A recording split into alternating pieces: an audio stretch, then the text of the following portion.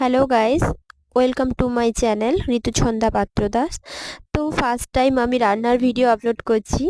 ভালো লাগলে অবশ্যই লাইক করে চ্যানেলটাকে সাবস্ক্রাইব করে পাশে থাকবেন। তো আজ আমি বেগুনকে মেথি শাক দিয়ে ভাজবো। তো মেথি শাক নিয়ে নিয়েছি এবং বেগুনকে এভাবে গোলাকার করে কেটে ধুয়ে নুন হলুদ মাখিয়ে নেব।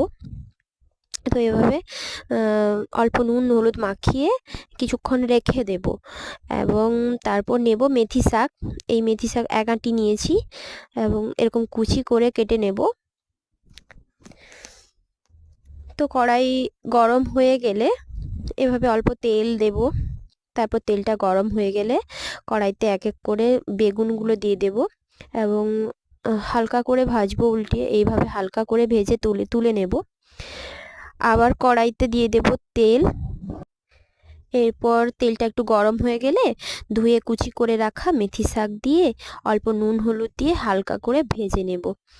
অল্প ভেজা হাত বলে মনে হচ্ছিল অনেক নুন, তো অল্প দিয়ে এভাবে অল্প হলুদ দিয়ে ভেজে নেব।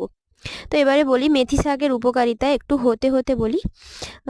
মেথি শাকে থাকে প্রোটিন, আয়রন, ভিটামিন সি এবং ভিটামিন B12 এর পরিমাণ সবচেয়ে বেশি, যা আমাদের শরীরে তাপমাত্রা বজায় রাখে, হৃৎপিণ্ড ভালো রাখে, ব্লাড সুগার কমায়, কোলেস্টেরল কমায় এবং এভাবে হাজারো রোগ থেকে আমাদের দূরে রাখে।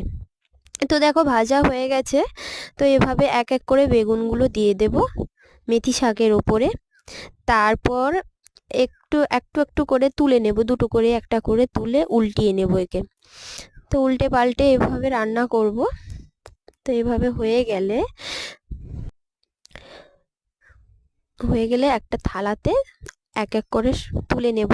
তো ভিডিওটা ভালো লাগলে অবশ্যই লাইক